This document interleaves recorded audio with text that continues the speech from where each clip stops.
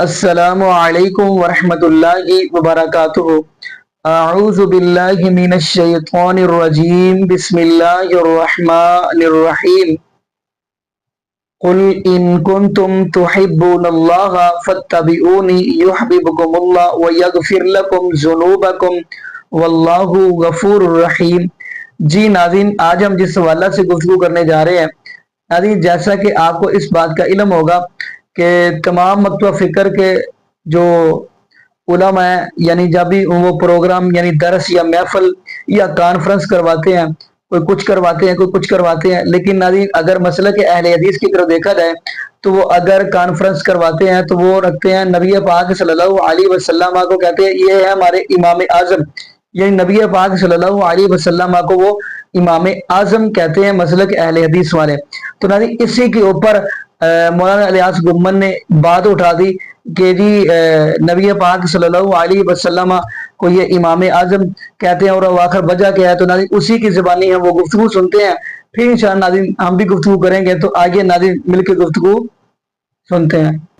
اب اس دور میں ایک نیا فتنہ شروع ہوا ہے کہ لوگ امام ابو حنیفہ رحمۃ اللہ علیہ کی مخالفت جب کرتے ہیں تو پھر جلسے کا عنوان یہ رکھتے ہیں امام اعظم محمد الرسول اللہ صلی اللہ علیہ وسلم کانفرنس۔ بھئی آپ نے امام اعظم رسول اللہ کانفرنس کیوں رکھی؟ کہتے ہیں جی سب سے بڑے امام اللہ کے نبی ہیں۔ ہم نے کہا سب سے بڑے امام یا سب سے بڑے نبی؟ سب سے بڑے امام یا سب سے بڑے؟ یہ جن کو ہم امام کہتے ہیں ہم ان کو نبی نہیں کہہ رہے، مجتہد کہہ رہے ہیں۔ تم کہہ رہے ہو امام اعظم رسول اللہ ہے، تو یا امام کا معنی مجتہد ہے، یا امام کا معنی مجتہد ہے۔ حضور مجتہدین میں سب سے بڑے ہیں یا نبیوں میں سب سے بڑے ہیں؟ آپ تو سب سے بڑے ہیں، حفاظ سے بھی بڑے ہیں، قراء سے بھی بڑے ہیں، فقہاء سے بڑے ہیں، محدثین سے بڑے ہیں، مفسرین سے بڑے ہیں، تو صرف ایک امام کا کیا قصور تھا کہ آپ نے ان کے مقابلے میں کانفرنس رکھ دیے؟ آپ رکھا کرو پھر قاری اعظم رسول اللہ کانفرنس، کیوں جی سب سے بڑے قاری حضور تھے۔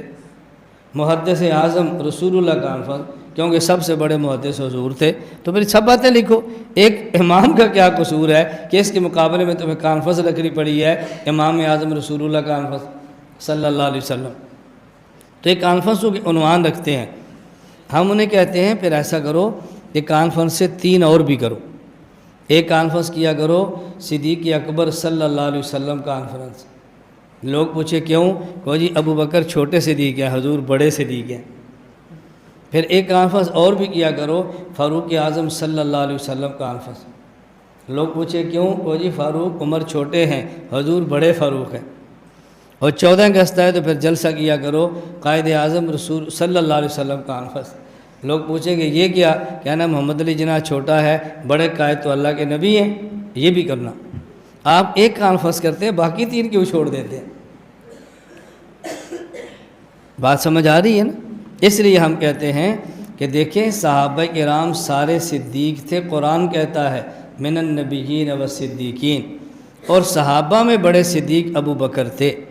صحابہ سارے حق اور باطل کے درمیان فرق کرنے والے فاروق تھے، اور ان میں سب سے اہم فاروق عمر بن خطاب فاروق اعظم تھے۔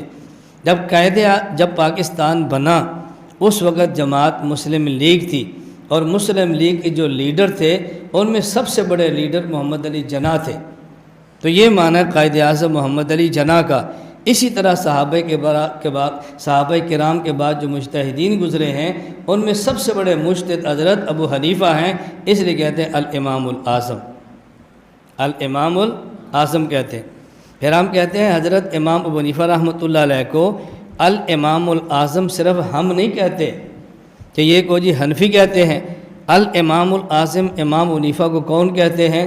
نمبر 1 ابن اسیر الجزری الکامل فی التاریخ میں ہے، الامام الاعظم جلد 5 صفحہ 192۔